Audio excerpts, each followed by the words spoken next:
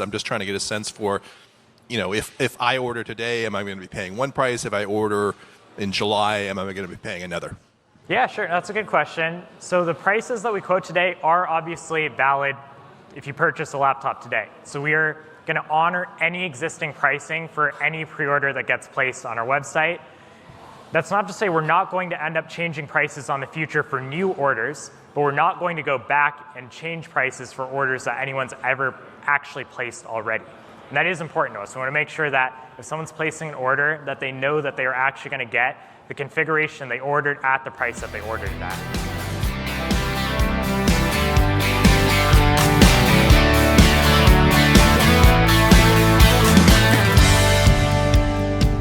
That is Framework CEO saying prices will not change. Now, affected Framework Laptop 13 Pro customers are receiving emails telling them that the 32 gig pre-order configuration has been changed to 16 gig with the price reduced accordingly. That is not a story about a customer getting a discount. It is a story about a customer no longer receiving the laptop configuration they originally pre-ordered.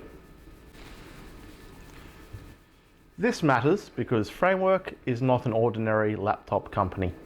Framework sells repairability, replaceable parts, modular ports, upgradeability, the ability to keep a computer for longer instead of replacing it when a component fails or becomes outdated.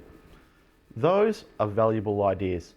The industry needs more of them, and that is why the Framework should be held to the highest standard. The company is not only selling a laptop, it is selling trust. The idea that customers can buy hardware from a company that will treat them better than the large lockdown laptop brands. When a customer places a pre-order, the reasonable expectation is simple. It locks in the configuration, the price, and an approximate delivery window. Framework Laptop 13 Pro was announced in April, with first shipments expected in June. Customers, like myself, pre-ordered based on the advertised specifications, pricing and delivery schedule. For some, that meant selecting 32 gig or 64 gig of memory. Then the schedule changed. Framework found issues with the new haptic touchpad and the custom display. First shipments moved from late June to July, and later batches moved even further out.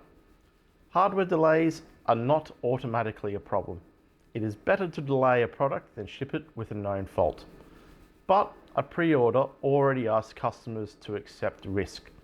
There are no long-term reviews, no broad, real-world reliability data, and no product in hand. That makes it especially important that the configuration customers committed to remains the configuration that they actually receive. Then came Framework's July update. Framework says its LP CAM supplier raised costs by more than double compared to its previous inventory. The company says it cannot absorb that increase without putting the business at financial risk. That explanation is understandable. Component prices can and have been changing quickly, and LP CAM is still a relatively new memory format. But the solution is where this becomes difficult. Framework says that some later 64 gig pre-orders will be changed to 32 gig. For affected later DIY editions and mainboard pre-orders, the configurations with 32 gig, Framework says it will change them to 16 gig. The price is lowered to match the lower memory configuration, but that is not the same as honoring the original pre-order. If you want the new or the original specs that you pre-ordered, you now must pay the new higher price. For a customer who selected 32 gig, did not pre-order whatever amount of memory Framework can source later, they pre-ordered 32 gig. A lower price for a lower spec laptop does not mean the customer is receiving the product they chose. That is why the earlier prices will not change clip is so important. This is not an allegation that Framework intended to deceive anyone. Framework has explained the supplier cost problem and has offered refundable deposits. But a promise matters most when keeping it becomes difficult. The problem is not limited to existing pre-orders though. A newly configured pre-built framework laptop 13 Pro with a Core Ultra X7 358H, 32GB of memory, and a 1TB SSD with Windows 11 now comes to approximately $5,119 at the time this video is being recorded. At that price, Framework is not asking customers to pay a modest premium for repairability. It is asking for top-tier laptop money. There are competing laptops with the same key performance specs, the same Core Ultra X7 35H processor, 32GB of RAM, and a 1TB SSD. For example, the Acer Swift 14 Go is listed at $2,699. The MSI Prestige 14 is listed at around $2,600 to $2,700 Australian dollars, depending on the retailer. These machines are not identical to the Framework. They do not use Framework's removable LP cam memory.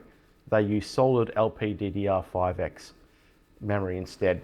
Framework's memory modularity is a real advantage, but they offer the same memory capacity, processor, and storage.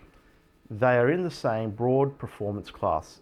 The MSI also has an OLED display, which some buyers may consider an advantage. This is where Framework's value proposition becomes much harder to defend.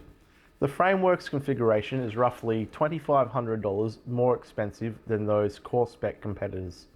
That makes the alternatives around half the cost of the Framework. At its old price, Framework's repairability and modularity were easier to justify. At roughly $5,100, the calculation changes. These competing laptops cost around half as much, and regular sales could make the gap even wider. But there is another part of the repairability argument that is easy to miss. Repairability does not make replacement parts free. It gives customers the option to replace the damaged component rather than replacing the entire laptop.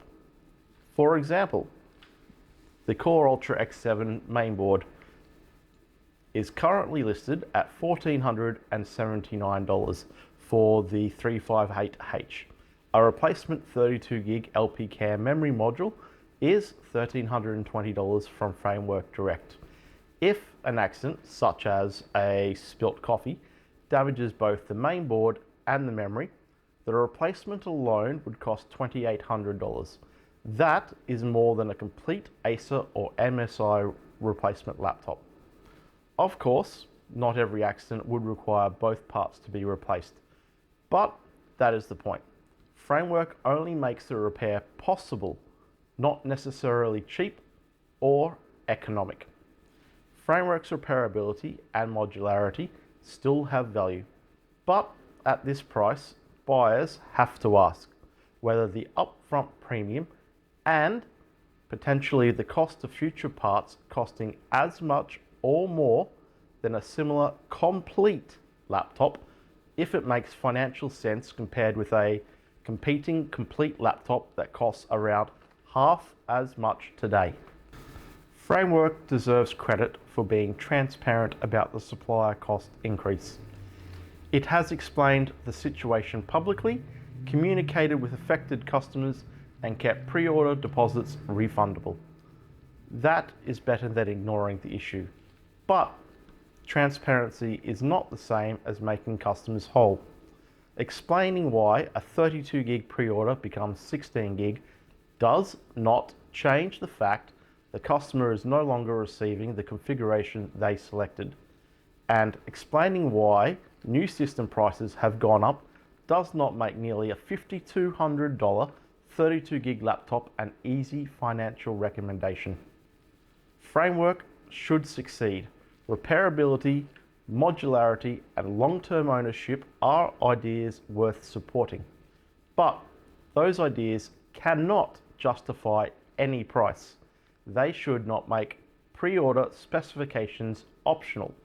And at the old price, the Framework Laptop 13 Pro was a premium product with a more compelling argument.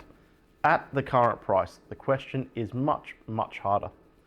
Is Framework's repairability and modularity worth roughly a whole nother complete laptop? Are the replacement parts, if you have an accident, worth roughly another complete laptop again on top of what you've already paid? And if a pre-order does not lock in the specification, the price, and a reasonable delivery expectation, what exactly did it lock in? Anyway, that's all I've got. If you agree with me, comment down below. Disagree with me, comment down below. Like to see anything, any suggestions, let me know down below as well. Like, subscribe, it really helps the channel out. Anyway, that's all I've got for today. See you in the next one.